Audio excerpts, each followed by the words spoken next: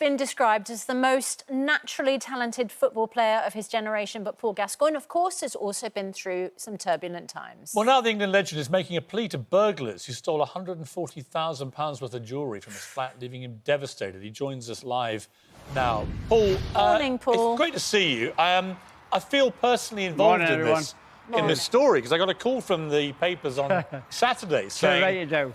Gaz has been burgled, and I was really upset, Miss Ear, but basically it's your fault. I went, what? And it turned out you had been with me at the Vinnie Jones Life Stories recording at Elstree on Monday, and you and I had a great chat, and you and Vinnie exchanged stuff on air and so on.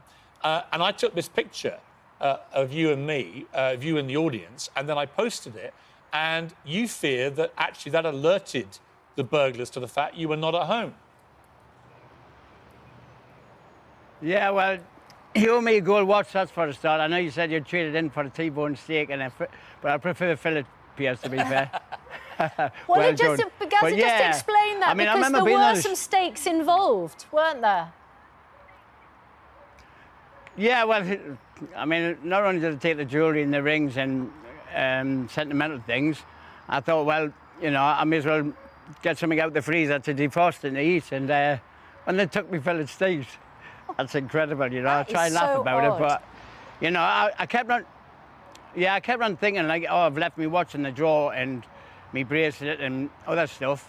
And I thought, well, it should be all right, you know. And obviously, when I got back, seen the window wide open, and I thought, well, I must have left the window, and the window might have blown open, but obviously not. And so I went straight for the drawer, and when I seen the watch and that gone, I thought, well, I must put it in where the other watches are, you know. And when I seen the suitcase open, I knew I'd been robbed, you know.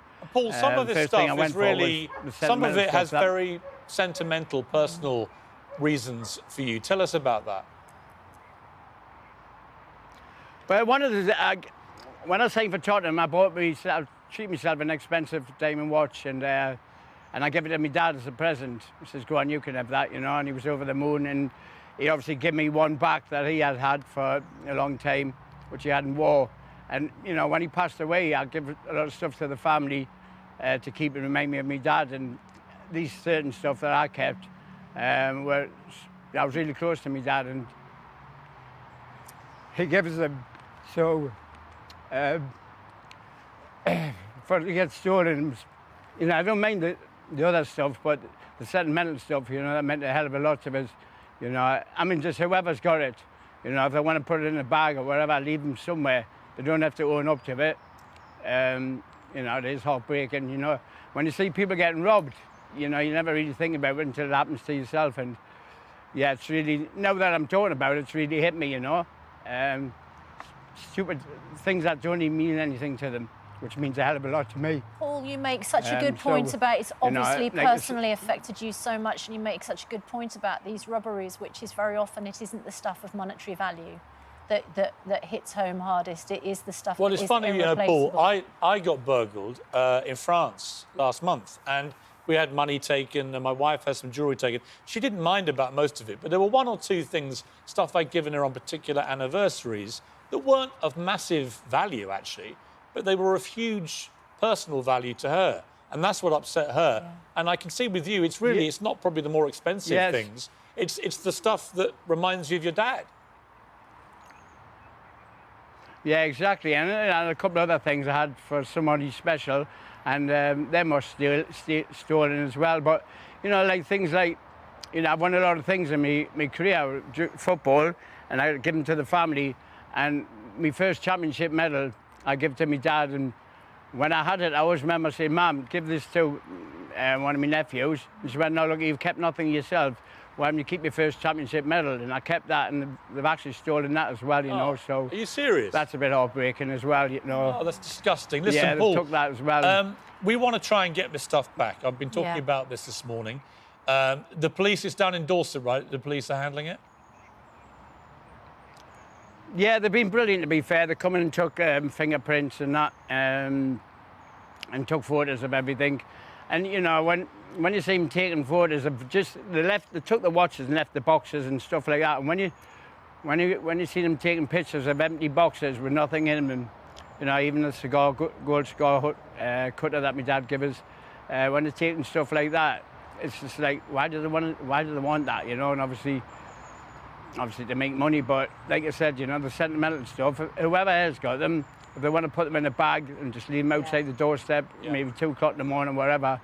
But yeah, now when I go out, every time I go back home, I start worrying, you know, thinking that the door's going to be open or the lock. But Dorset police were really good and helpful, so, you know, we'll have to see what happens, you know. Well, if anybody has any information, please contact Dorset Police. I mean, and if anyone has a flash of conscience. And if these burglars, you know, you may not have known it was Paul's home. Maybe you did, and maybe you saw the tweet. And I'm very sorry, Paul, if that has inadvertently put you in this position. Obviously, I never thought about that for a moment. It was great to see you at the recording, but it's possible, right? Yeah, I think they would notice me because I've got quite a few good, handsome photos of me around the house, so right. I think they'll notice me, like, you know. But there's some other stuff, like, you know, they left stuff that you'd think they would take and it would be easy to sell on the streets, but they left them, so it felt like they knew what they were doing or what they were heading for. But, you know, when I look back, 6 watches and 3 diamond rings and 2 diamond bracelets and stuff like, but the medal as well, you know, that's hurt me a lot. That's awful. Paul, I can't bring that back for you yet, you know, although hopefully we can get some attention. What I can give you are some steaks. You did mention, Paul, that Piers could make it up to you. I've got a dozen steaks here, and we're not going to send you these. They've been out for a bit. But what we are going to do, we're going to find out what your favourite... You like fillet steak, right? Yeah. I'm going to get you a dozen of the best fillet steaks. He wants it cooked. Huh? He wants it cooked. I'm not cooking it for you. That would ruin them. But I'll get you a dozen fillet steaks. All right. And we'll get you those. And at the very least, you get your steaks back. Yeah, cheers, mate. Well, you've probably got a butler anyway, so you're all right. Paul, I've got to say, on a personal level, it was great to see you at the recording. Yeah. You look really well, and it's great to see you. I know it's been a tough time with the lockdown and everything, but you look great. And Vinny's been a real friend. And I know Vinny's been a real friend to you as well, hasn't he? Yeah. Yeah, it was a great show. I enjoyed it, you know, obviously a bit emotional for Vinny, but, you know, I think he handled it well. You know, it's good to see him. You know, it must be hard for him as well, but, you know, it's nothing like what them think he can't get what he lost, but, you know, hopefully I can get some of the stuff that I was stolen, you know. I'd really appreciate it if they did hand it back. They keep some of the stuff, but just them sentimental things, which is...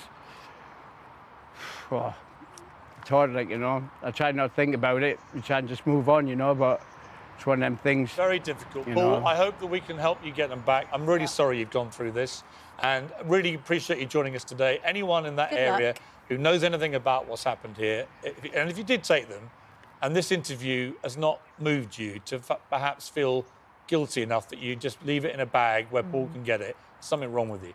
So, Paul, I hope you get the stuff back, mate. The steaks you're definitely going to get. Great to see you this morning. Good to see you. And I'm just sorry that it's in such difficult circumstances, but you look well, and it's great to see you, mate. Cheers. Thanks. If I look well, I must be ill. And all the best, Paul. Good to see you, mate. This morning. Great to see you, Paul.